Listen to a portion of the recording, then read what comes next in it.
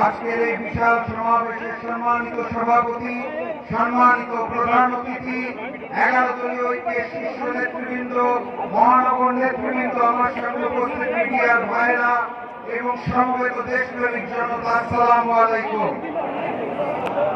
আজ 23শে জুন, ঐতিহাসিক দিন।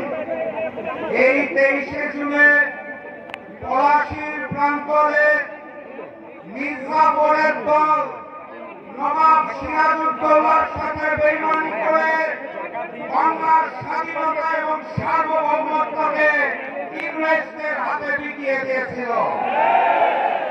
আজ সেই 23শে জুন, যেদিন অপরাজনৈতিক সন্ত্রাসী সংগঠন আওয়ামী লীগের জন্ম হয়েছিল। সেই আওয়ামী লীগ পলাশীর বেইমানির চেতনাকে ধারণ করে বাংলাদেশের জনগণের সাথে বেইমানি করে গুম খুন হত্যা করে গণহত্যা চালিয়ে বাংলাদেশের স্বাধীনতা এবং সার্বভৌমত্বকে হিন্দুস্তানের কাছে বিকিয়ে দিয়েছিল।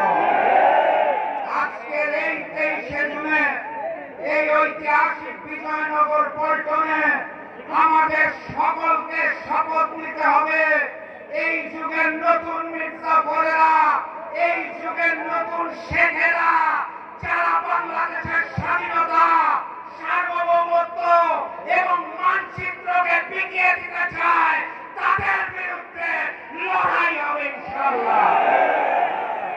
আজকে আমরা এখানে সমবেত হয়েছি গুম খুন গণহত্যার বিচারের দাবিতে। কার কাছে বিচার চাই?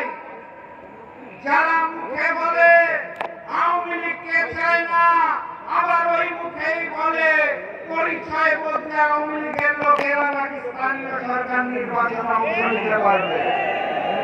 মুখে আঘাত করে করে ওই হিন্দুস্তান আর আওয়ামী লীগের সাথে সম্পর্ক রেখে যারা নতুন ফ্যাসিজম কায়দা শুরু করেছে, তাদের কাছে বিচার চেয়ে কোনো লাভ নাই।